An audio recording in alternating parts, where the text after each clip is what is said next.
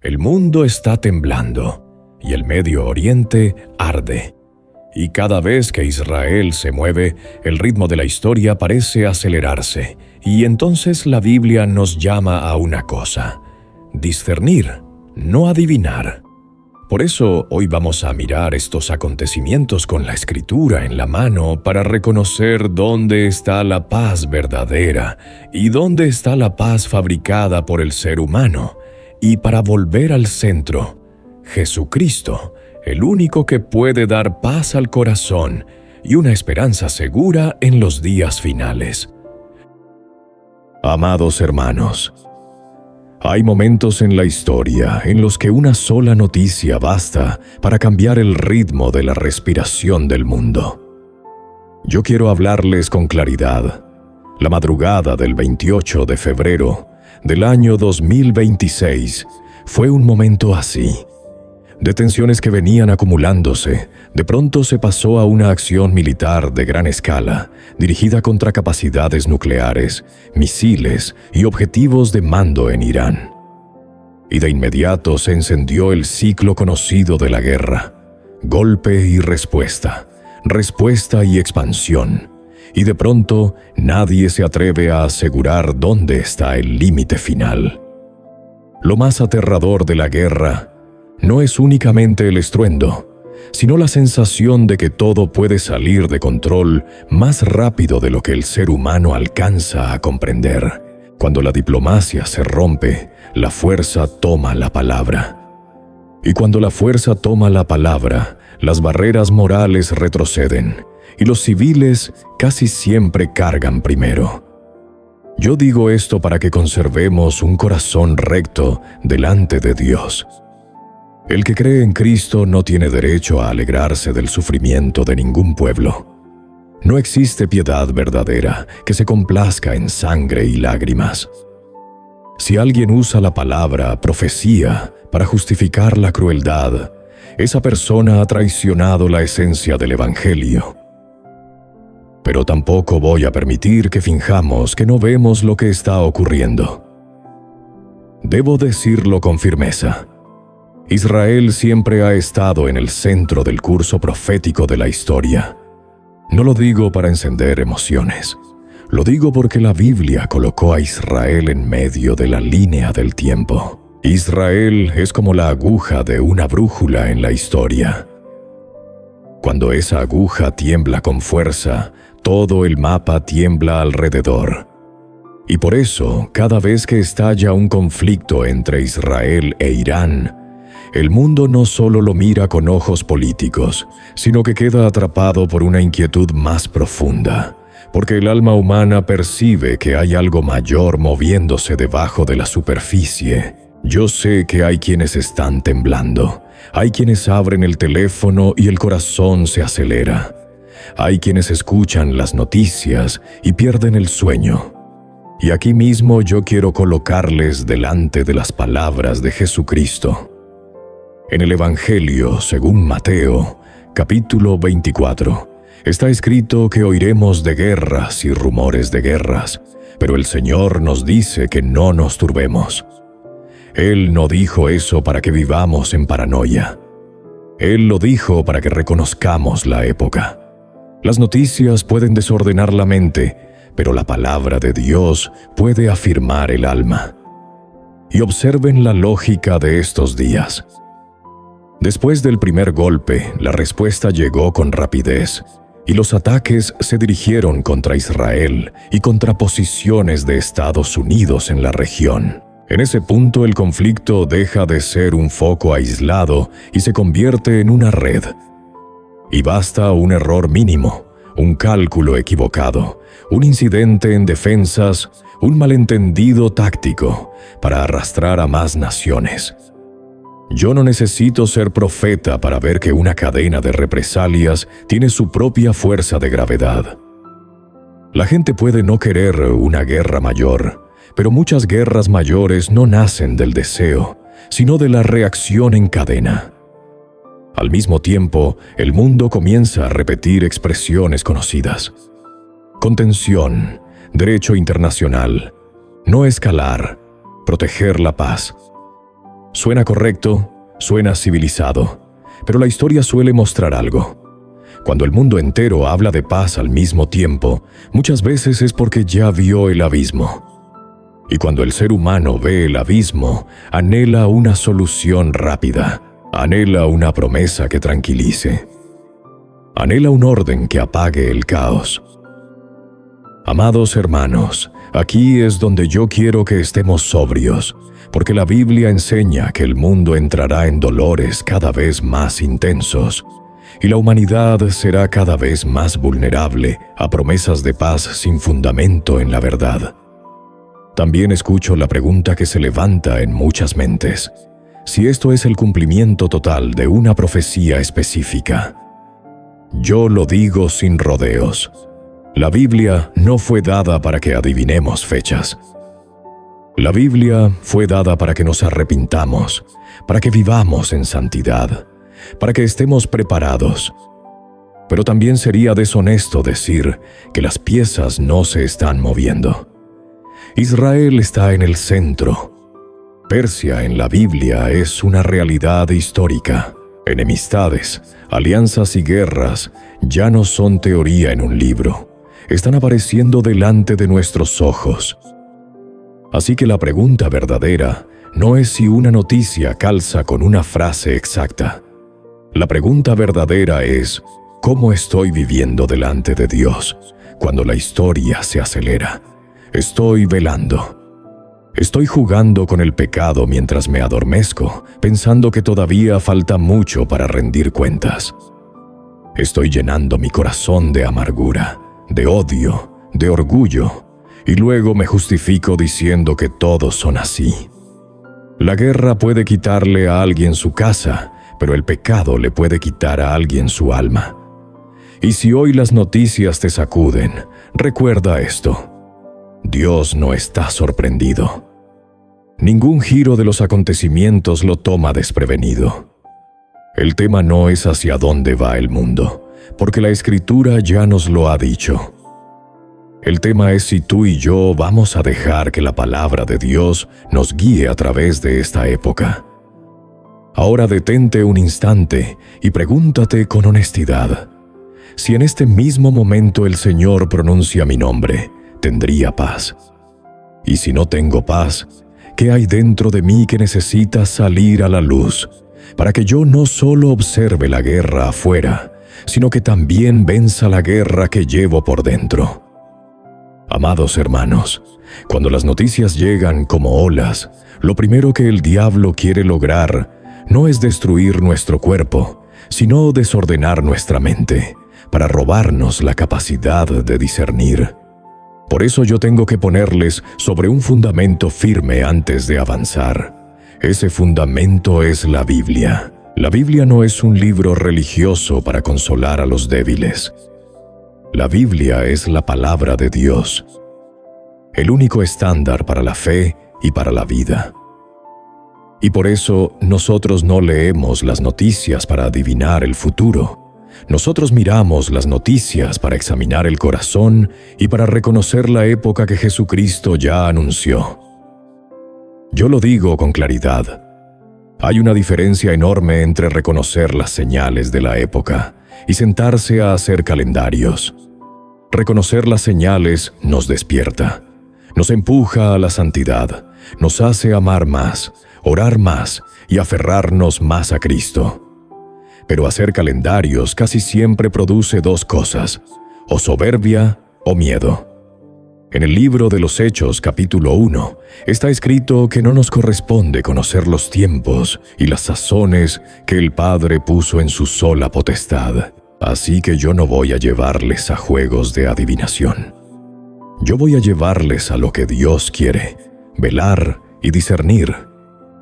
Y para discernir tenemos que entender por qué Israel está en el centro. Esto no es un eslogan político. Esto es la arquitectura de la historia de la redención. Dios escogió a Abraham, hizo pacto, formó un pueblo, y de ese pueblo el Mesías entró en la historia. Jesucristo vino en carne, murió por pecadores, resucitó y volverá. Todo eso no es filosofía, es una línea histórica con testimonio.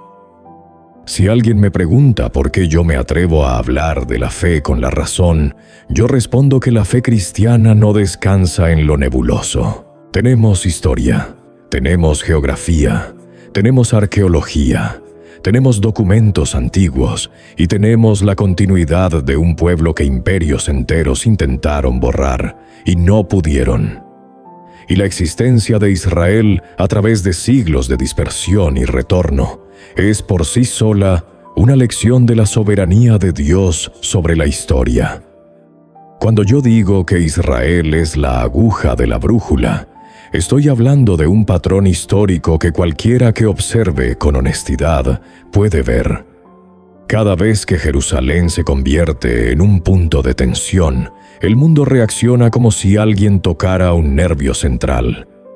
No porque Israel sea grande en territorio, sino porque Israel está sentado sobre un cruce de religión, política, energía y estrategia, y por encima de todo porque Israel está dentro del programa de Dios. Y por eso, cuando Israel percibe una amenaza que se describe como existencial, sus respuestas suelen convertirse en un mensaje de supervivencia para toda la región. Pero aquí yo debo protegerles de una trampa peligrosa. Esa trampa consiste en convertir cada titular en un versículo y luego usar el versículo como un martillo para golpear a otros. No, la verdad de Dios no necesita brutalidad. Cuanto más santa es la verdad, más camina junto con la misericordia. Yo puedo reconocer que Israel ocupa un lugar central en el plan de Dios y al mismo tiempo llorar por los civiles inocentes de cualquier lado. Yo puedo creer que la Escritura se cumple por capas y aún así rechazar un corazón frío frente al sufrimiento. Porque Dios no es una idea. Él es Padre, Hijo y Espíritu Santo, y el Hijo llevó heridas para salvar a pecadores. El que mira la cruz y todavía ama la violencia, no ha entendido la cruz. Ahora, para no perdernos, quiero poner delante de ustedes 3 pasos iniciales para leer la actualidad a la luz de la Biblia. El paso primero, yo confirmo los hechos con datos y no con emociones. Yo no vivo de rumores. Yo no alimento mi alma con ira. El paso siguiente, yo coloco esos hechos dentro de principios bíblicos. La guerra es fruto del pecado humano. El poder es un terreno fértil para la soberbia, y la paz verdadera solo llegará cuando el Rey de Paz regrese. Y el paso final, yo lo traigo de vuelta a la pregunta personal. ¿Cómo estoy viviendo? Si estoy en paz con Dios, si estoy amando al prójimo, si estoy preparado. Y cuando ustedes caminan esos 3 pasos, comienzan a entender por qué muchos, al mirar el conflicto entre Israel e Irán, vuelven de inmediato a 2 grandes ejes de la Escritura. Un eje es el libro de Ezequiel, donde se habla de ataques en los días postreros contra Israel. El otro eje es el libro de Daniel, donde se dibuja un panorama de imperios, alianzas y una etapa final en la que el mundo entero es arrastrado hacia un orden engañoso antes del juicio de Dios. Yo menciono esto no para asustarles. Lo menciono para que vean que la Biblia no corre detrás de las noticias, sino que las noticias empiezan a rozar los rieles que la Biblia ya colocó. Pero debo añadir algo para cuidarles del extremismo. Cuando hablamos de Ezequiel y de Daniel, estamos hablando de estructuras, tendencias y piezas que se mueven, no de señalar un titular y gritar que todo ya se completó. El que se apresura suele ser engañado. El que vela permanece firme. Dios no nos llama al pánico, Dios nos llama a la santidad. Y entonces surge una pregunta inevitable. Si Israel está en el centro y si Persia es una realidad bíblica, ¿quién es Persia en la historia? ¿Qué lugar ocupa Persia en el cuadro profético? ¿Y por qué este conflicto hace que muchos vuelvan a abrir el libro de Ezequiel con un latido distinto? Amados hermanos, cuando yo digo Persia en la Biblia, No estoy hablando de un símbolo borroso para encender la imaginación. Yo estoy hablando de una realidad histórica concreta, con huellas en textos antiguos, en arqueología, en geografía y en la trayectoria de los imperios.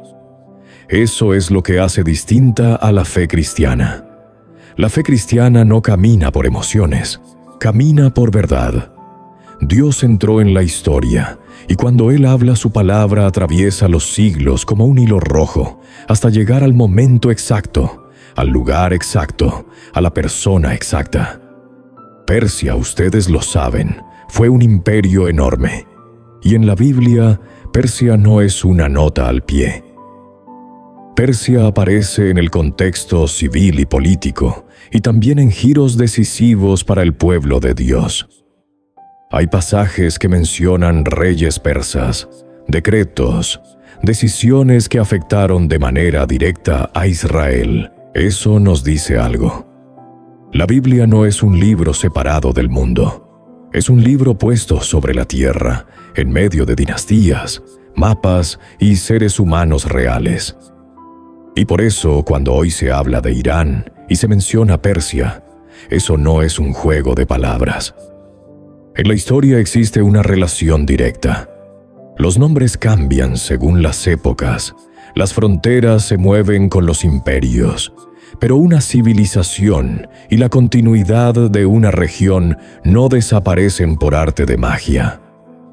Yo digo esto para que ustedes entiendan que al leer profecía no tenemos derecho a ser perezosos en la mente. Tenemos que usar la razón que Dios nos dio. Tenemos que conocer un mínimo de historia y un mínimo de geografía para no convertir la fe en fantasía.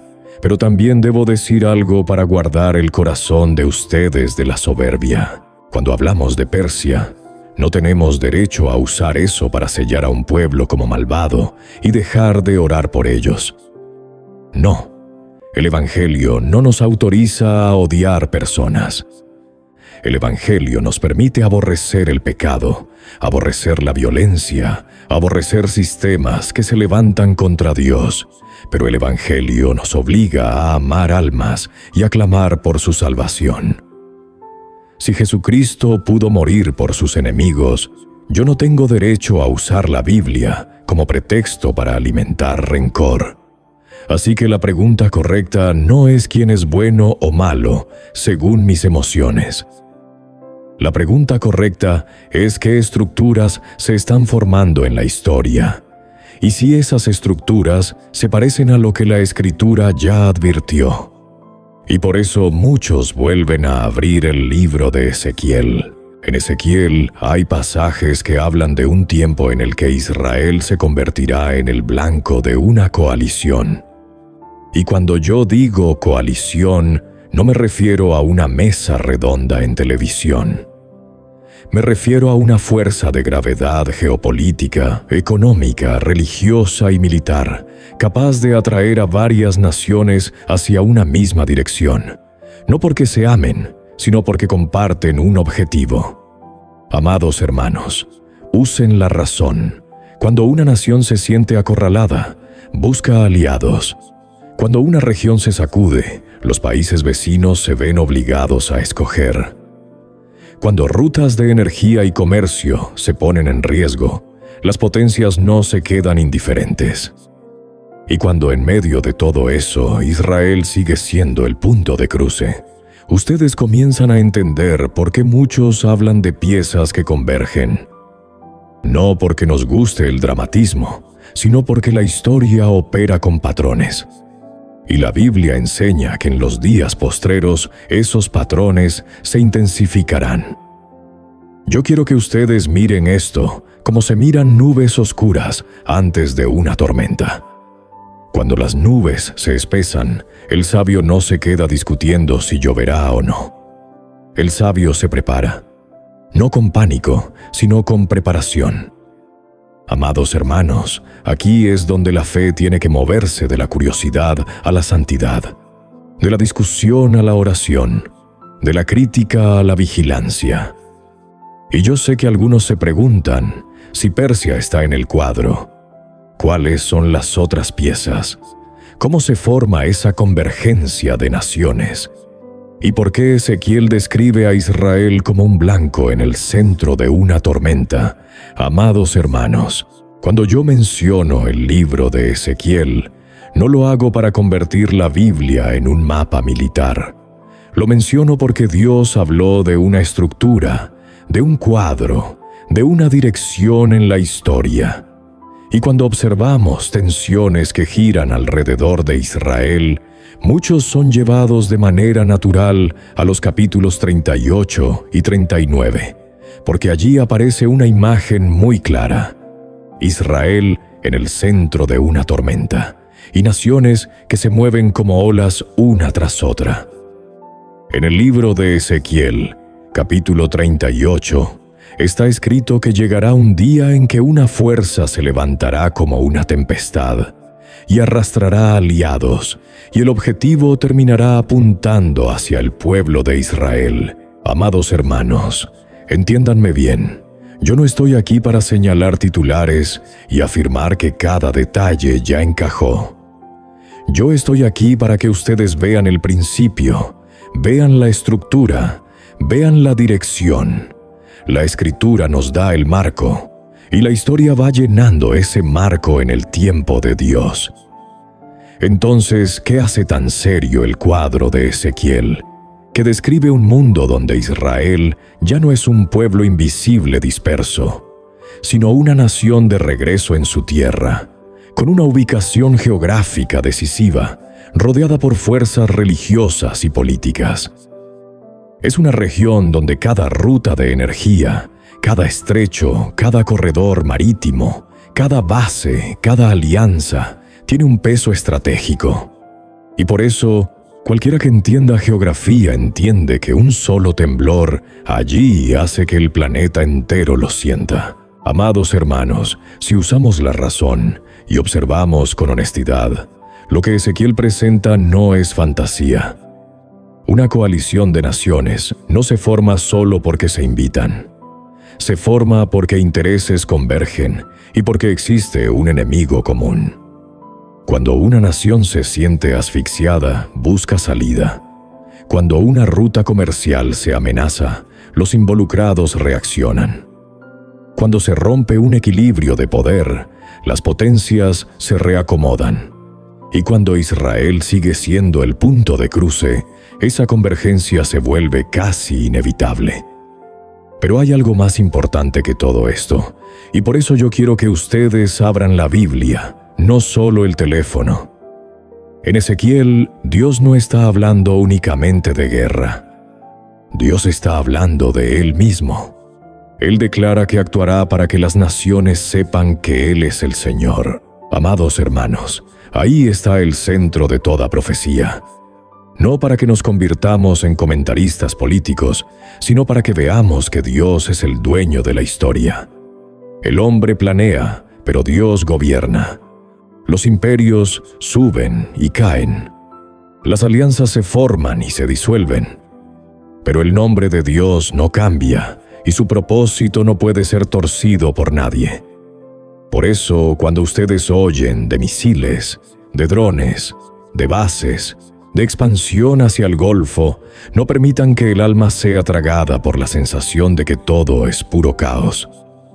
El caos es la lectura humana, pero arriba hay una mano invisible que sostiene el ritmo.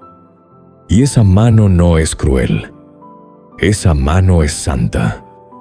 Dios no se complace en la muerte del impío, pero tampoco tolera el pecado para siempre. Y en los giros grandes de la historia, Él suele hacer algo: quitar máscaras, exponer el corazón, mostrar lo que hay por dentro, soberbia o humildad, odio o arrepentimiento, dureza o retorno. Amados hermanos, yo quiero ponerles delante de una pregunta muy real. Si la Escritura muestra que vendrá un tiempo en que el mundo pondrá presión sobre Israel, y Dios declara que intervendrá para que las naciones sepan que Él es el Señor, entonces, ¿cómo debemos vivir ahora? Vivimos como si Dios fuera real, oramos como si Él oyera, Caminamos en santidad como si Jesucristo pudiera venir en cualquier momento. Y hay algo más que quiero que consideren. Cuando el mundo se asoma al abismo, todos empiezan a desear una palabra: paz. Pero la pregunta es, ¿qué paz? ¿La paz de Dios o una paz fabricada por el ser humano a partir del miedo? Porque si dentro de ti todavía hay una guerra que no ha terminado, serás fácilmente seducido por cualquier promesa de paz que venga de afuera. Amados hermanos, cuando ustedes miran los temblores alrededor de Israel, muchos abren el libro de Ezequiel, porque allí aparece la imagen de una tormenta de naciones. Pero si ustedes quieren ver el cuadro completo, tienen que abrir otro libro también, el libro de Daniel. Porque Daniel no habla solamente de una batalla. Daniel habla del curso de los imperios, de cómo se acumula el poder, de cómo el ser humano levanta sistemas que parecen indestructibles y al final se derrumban bajo la mano de Dios. Yo quiero que ustedes observen algo con la razón antes de avanzar. La historia humana repite patrones. Cuando todo está tranquilo, el hombre se cree autosuficiente. Cuando llega la crisis, el hombre entra en pánico. Y cuando entra en pánico, nace un deseo, una promesa sencilla, una solución rápida, alguien que pueda decir: yo haré que todo vuelva a estar bien. Amados hermanos, eso no es misticismo, eso es psicología social, eso es historia. Y por eso cada vez que el mundo se sacude, los sistemas que concentran poder tienen más oportunidad de crecer. La gente está dispuesta a cambiar libertad por sensación de seguridad. La gente está dispuesta a cambiar verdad por una calma temporal. Daniel nos muestra una línea de reinos que se suceden. Yo no digo esto para que ustedes se pierdan en listas de nombres. Lo digo para que entiendan el principio. Todo imperio nace de ambición. Todo imperio se edifica con fuerza. Y todo imperio se convence de que durará para siempre. Pero Dios deja claro que el poder humano es temporal. En el libro de Daniel, capítulo 2, está escrito sobre una gran estatua con partes hechas de materiales distintos que representan etapas de dominio. Y luego aparece una piedra, no cortada por mano humana, que golpea la estatua y la reduce a polvo. Amados hermanos, ahí Dios le está diciendo al mundo que al final todos los imperios serán reemplazados por su reino. No por elecciones, no por reformas, sino por la intervención de Dios cuando Cristo regrese. Ahora pongan ese principio delante de nuestra época, cuando el conflicto se expande, cuando rutas de energía se ponen en riesgo, cuando la economía tiembla, cuando la gente vive con miedo. ¿Qué va a ocurrir? La gente va a exigir orden, va a exigir control, va a exigir una estructura que apague el caos.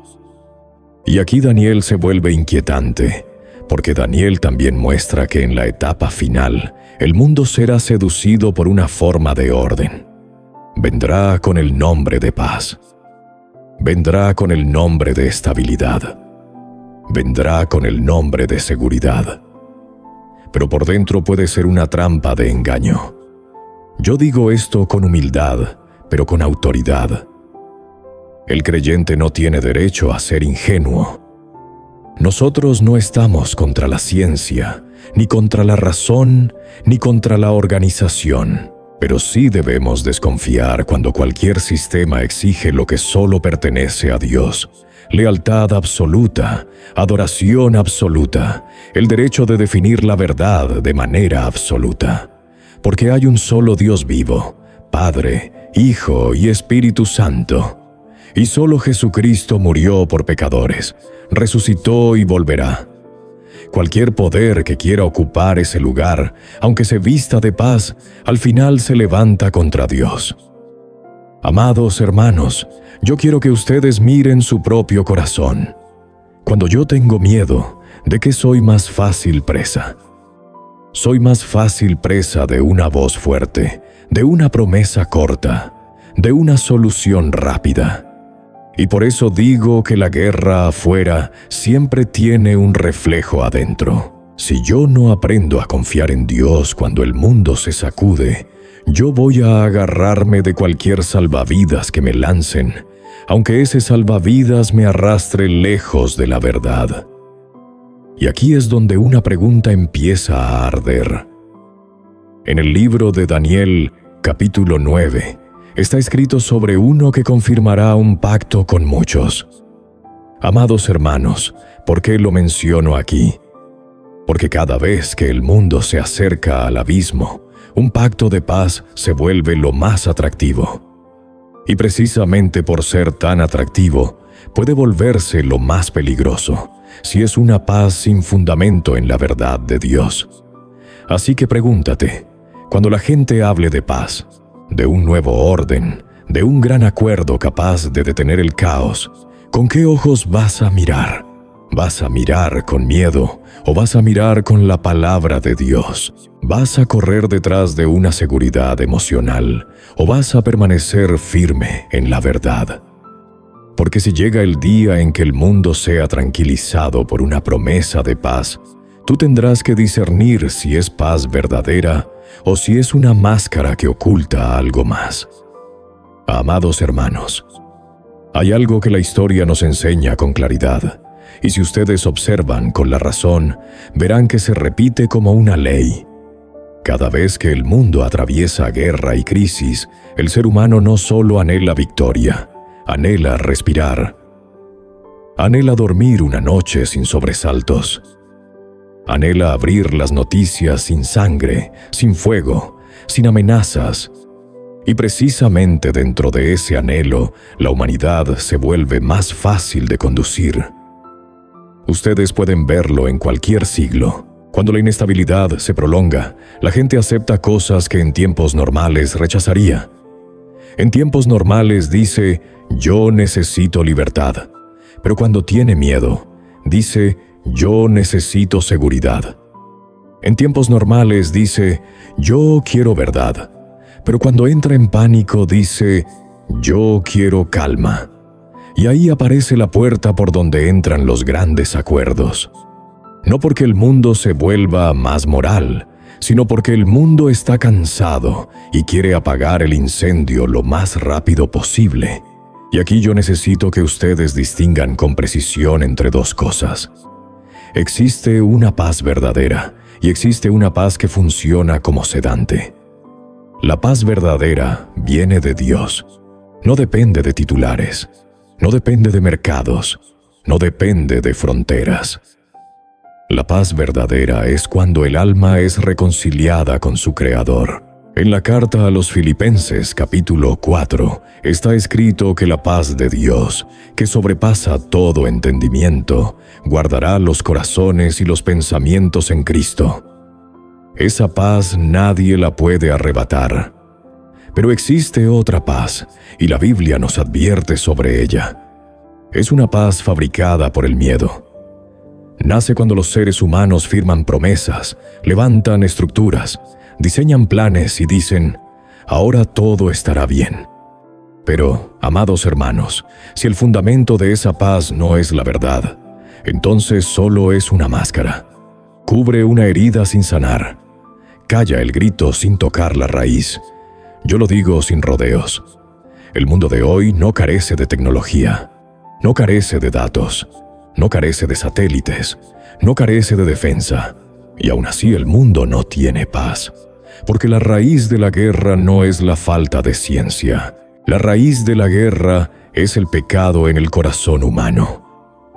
En la carta de Santiago, capítulo 4, está escrito que las guerras y los pleitos provienen de las pasiones que combaten dentro de nosotros.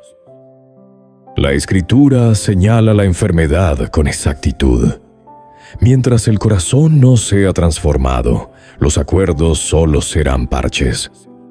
Por eso, cuando yo observo ciclos de golpe y respuesta, cuando oigo al mundo hablar de contención, Cuando veo a naciones preocupadas por rutas de energía y por su seguridad, yo entiendo lo que se está formando. Un deseo colectivo de una palabra: paz.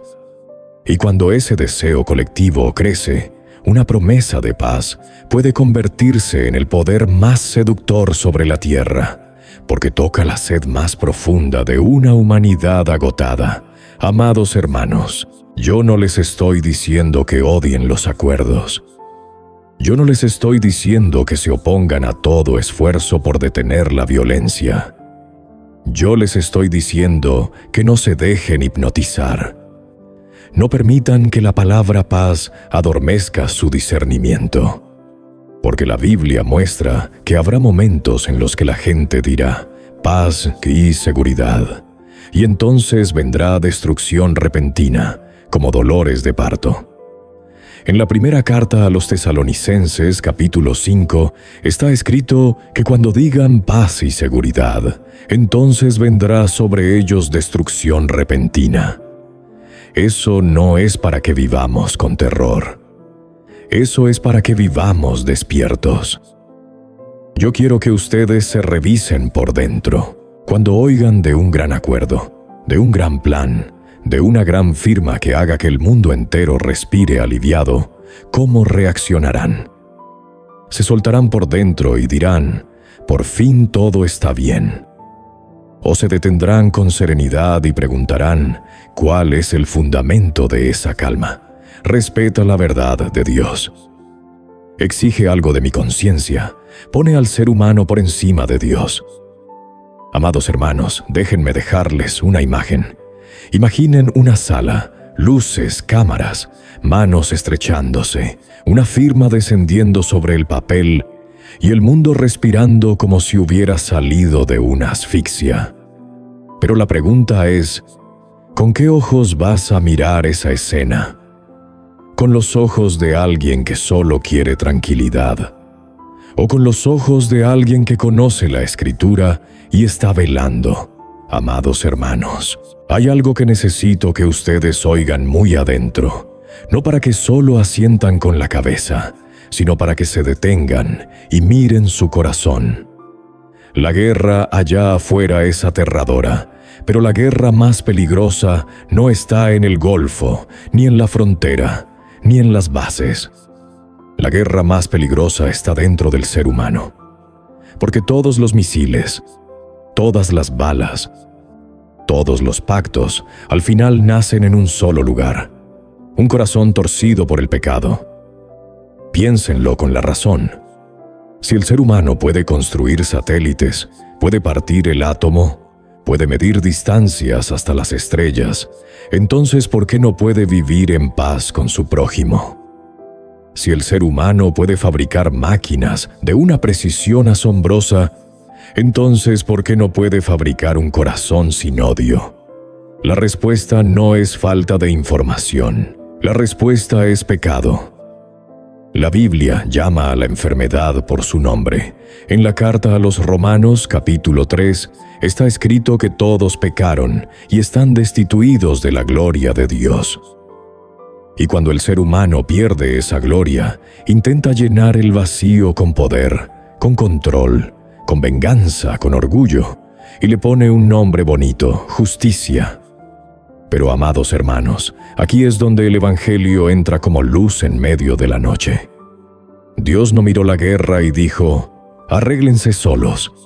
Dios entró en la batalla. Dios entró en la historia. Su Hijo, Jesucristo, vino no para levantar un imperio con espada, sino para establecer un reino por medio de la cruz. Él murió por pecadores, derramó su sangre para reconciliar al ser humano con Dios. Por eso, ningún tratado, ninguna firma, ningún orden humano puede sustituir lo que la cruz hizo. El mundo puede firmar paz en papel, pero solo Jesucristo puede firmar paz en la conciencia. Amados hermanos, entiendan la diferencia. La paz del mundo suele ser temporal, porque nace del miedo y del interés. Hoy se dan la mano, mañana se sospechan. Hoy prometen, mañana preparan un plan alterno. Pero la paz de Dios es distinta. La paz de Dios no es ausencia de disparos.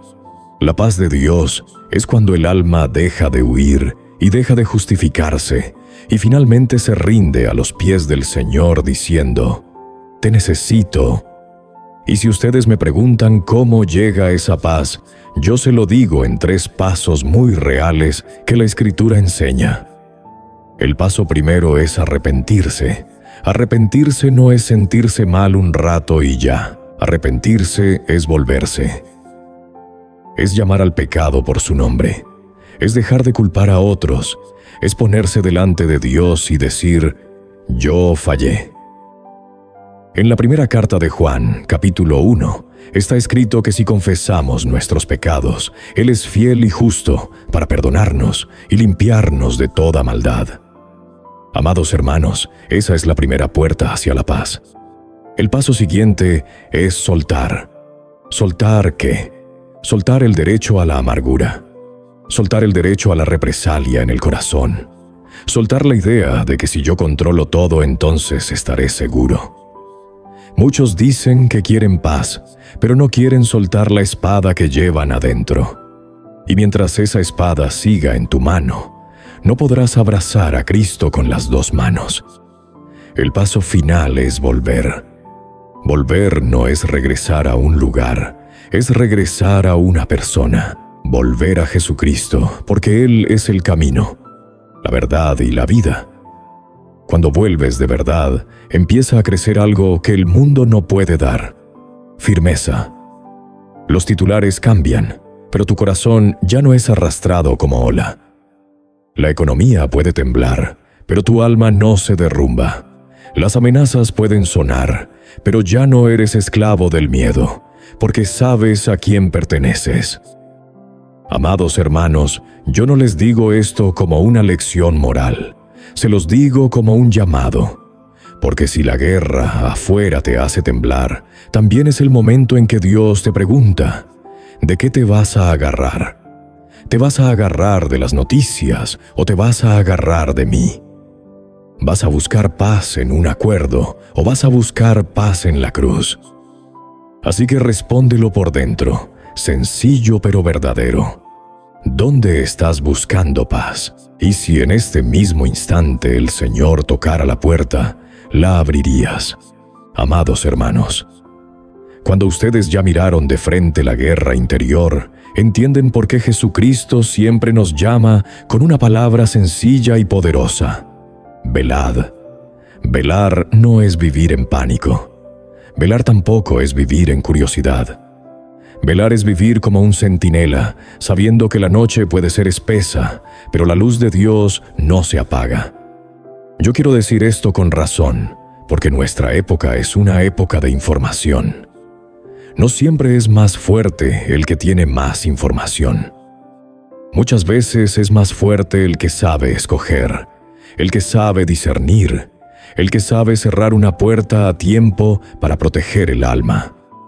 Amados hermanos, hay personas que no mueren por bombas, pero se van apagando por noticias. Abren el teléfono y el corazón se tensa, los ojos se tensan, la mente se tensa. Viven alimentándose de miedo. Y cuando el miedo se convierte en el pan de cada día, el alma se debilita, la familia se enfría y la fe se seca. Por eso yo digo que el creyente tiene que velar de una manera muy real, no aferrándose a toda explicación, sino aferrándose a Jesucristo. No dejando que la mente corra detrás de cada detalle, sino dejando que la palabra de Dios sostenga la mente. En la carta a los Romanos, capítulo 12, está escrito que no nos conformemos a este siglo, sino que seamos transformados por medio de la renovación del entendimiento.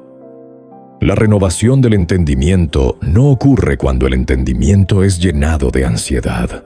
Ocurre cuando el entendimiento es lavado por la palabra. Así que yo quiero poner delante de ustedes 3 cosas concretas, como 3 tareas de un centinela en la noche.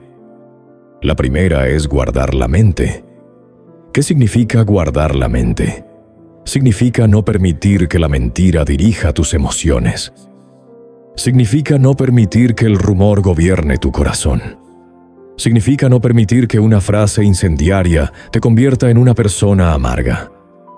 Amados hermanos, el diablo no necesita que abandones la fe de golpe. Le basta con robarte la paz, robarte la ternura, robarte la misericordia, hasta que termines siendo un creyente que ya no se parece a Cristo. La segunda es guardar la familia. Porque cuando el mundo tiembla, la familia es lo primero que se resiente. Los padres se irritan con facilidad, los esposos se sospechan, los hijos se asustan. Amados hermanos, si ustedes le hablan a sus hijos de guerras y no les hablan de Dios, les están poniendo un peso que ellos no pueden cargar. Si en casa se habla de la época y no se ora, la casa se llena de ruido, pero no se llena de la voz del Señor. La tercera es guardar la iglesia. La iglesia no es un club, la iglesia es el cuerpo de Cristo. Y en tiempos de confusión, la iglesia puede dividirse rápido, por opiniones, por política, por asuntos externos. Pero, amados hermanos, lo que sostiene a la iglesia no es pensar igual en todo. Es tener un solo Señor, una sola fe, una sola cruz. Si dejamos que el odio del mundo entre en la casa de Dios, entristecemos al Espíritu Santo. Y cuando el Espíritu Santo es entristecido, la iglesia pierde poder. Yo quiero que ustedes recuerden algo crucial. Velar no es solamente saber qué está pasando. Velar es saber a quién perteneces. Velar es vivir en santidad en medio de una generación que ama la oscuridad. Velar es guardar la boca de palabras venenosas, guardar los ojos de lo impuro, guardar las manos de lo injusto, guardar el corazón del orgullo. Porque, amados hermanos, en los días finales, la tentación más grande no es la guerra, es hacer que la iglesia pierda el aroma de Cristo. Y ahora yo quiero dejarles una imagen suave, pero profunda.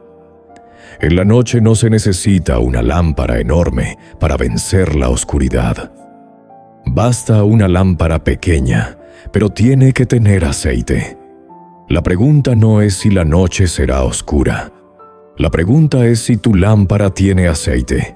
Amados hermanos, después de caminar desde las noticias hacia la Biblia, desde los temblores del mundo hacia los temblores del corazón, yo quiero llevarles al punto donde todo converge.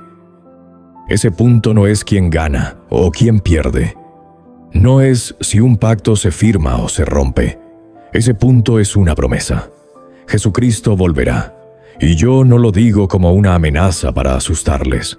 Yo lo digo como una esperanza segura para levantar su alma. Alguien podría preguntar, ¿cómo sé que esto es verdad? Yo respondo con dos fundamentos. El primero es la historia.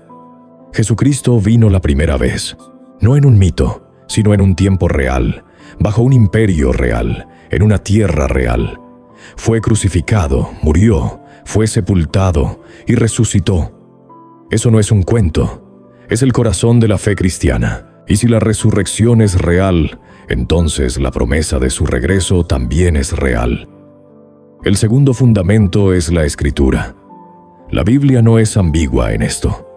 Declara que Cristo volverá en gloria y que todo ojo le verá.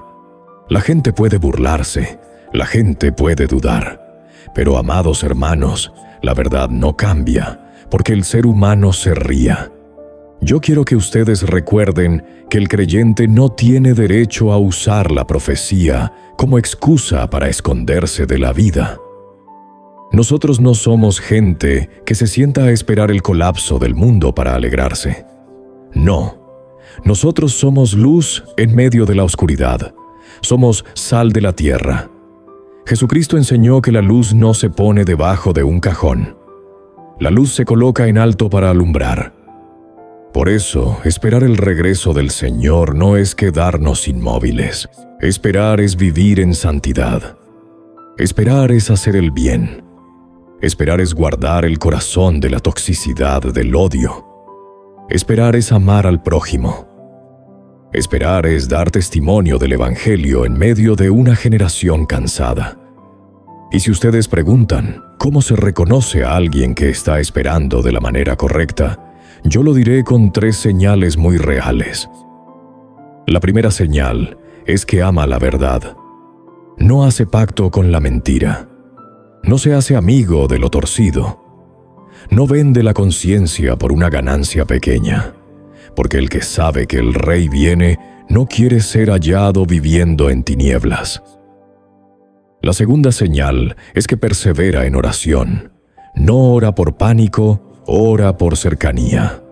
Porque cuando tú vives cerca de Dios, permaneces firme, aunque los titulares cambien de color. Y la tercera señal es que anuncia el Evangelio con celo. No para ganar discusiones, sino por amor a las almas. Amados hermanos, el mundo tiene sed de paz, pero no sabe dónde encontrarla. Y nosotros sí lo sabemos. La paz está en Jesucristo. Así que déjenme hacerles una pregunta directa. Si Jesucristo volviera, ¿eso te asusta o te alegra? Si te asusta, no es porque el Señor sea malo, es porque hay algo en tu corazón que todavía no ha sido resuelto. Y Dios, en su misericordia, permite que esta pregunta suene tanto en tiempos de calma como en tiempos de crisis, para que tú tengas tiempo de volver. Amados hermanos, la noche puede ser larga, pero el amanecer viene. No porque el ser humano firme un acuerdo perfecto, sino porque el Rey de Reyes viene. Y cuando Él venga, no solo apagará guerras allá afuera, también calmará toda tormenta adentro de los que le pertenecen. Así que ahora, en el silencio del alma, pregúntate, ¿ya estoy listo para encontrarme con el Rey? Amados hermanos, después de recorrer este camino, desde el ruido de las noticias hasta la voz de la Escritura, desde la tormenta de afuera hasta la tormenta del corazón, yo quiero que entiendan que lo que Dios busca no es convertirnos en personas adictas a los acontecimientos. Dios está buscando el alma. Él nos está haciendo una pregunta que ningún titular puede responder por nosotros. ¿Dónde estás tú delante de mí? Yo no estoy aquí para asustarte. Yo estoy aquí para despertarte. Porque lo más terrible no es que el mundo tiemble. Lo más terrible es que el mundo tiemble y mi corazón siga dormido, endurecido, satisfecho de sí mismo, aferrado al pecado como si fuera un derecho privado. Y, amados hermanos, si hay algo que toda profecía pretende hacer, es llevar al ser humano de regreso a Dios, para que no solo sepa lo que está pasando, sino que sepa a quién pertenece.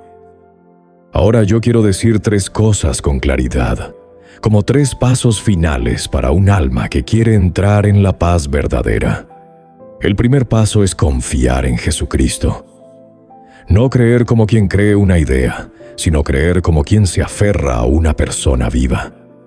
En el Evangelio según Juan, capítulo 1, está escrito que a los que le recibieron, les dio potestad de ser hechos hijos de Dios. Amados hermanos, no hay paz mayor que saber que eres hijo de Dios. El paso siguiente es arrepentirse y volver. No arrepentirse un momento y luego regresar al camino antiguo, sino volverse de verdad. Abandonar lo que Dios llama pecado. Pedirle que limpie y renueve. En el libro de Proverbios está escrito que el que encubre sus pecados no prosperará, mas el que los confiesa y se aparta alcanzará misericordia. Amados hermanos, hay gente que quiere consuelo, pero no quiere transformación. Y Dios no solo quiere secar lágrimas, Dios quiere sanar la raíz. El paso final es vivir velando cada día. No velar una sola vez cuando aparece una gran noticia, sino velar como un estilo de vida. Velar es guardar el corazón, guardar la boca, guardar los ojos, guardar las manos. Velar es orar, es alimentarse de la palabra, es amar la iglesia, es amar las almas. Velar es no permitir que el miedo gobierne, no permitir que el odio reine, no permitir que la mentira nos alimente. Porque, amados hermanos, el que espera al Rey no vive como quien no tiene esperanza. Y ahora yo quiero llevarles a una oración.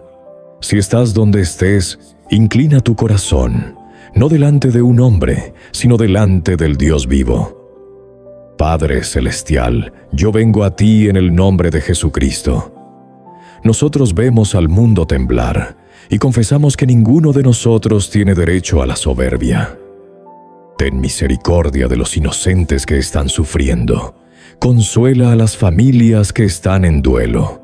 Fortalece a las almas que están temblando. Da sabiduría a los líderes para que no sean guiados por la soberbia, ni por el odio, ni por intereses ciegos, sino para que busquen lo que es recto delante de ti. Señor, guarda a Israel conforme a tu propósito santo. Manifiesta tu nombre entre las naciones, para que sepan que tú eres el Señor.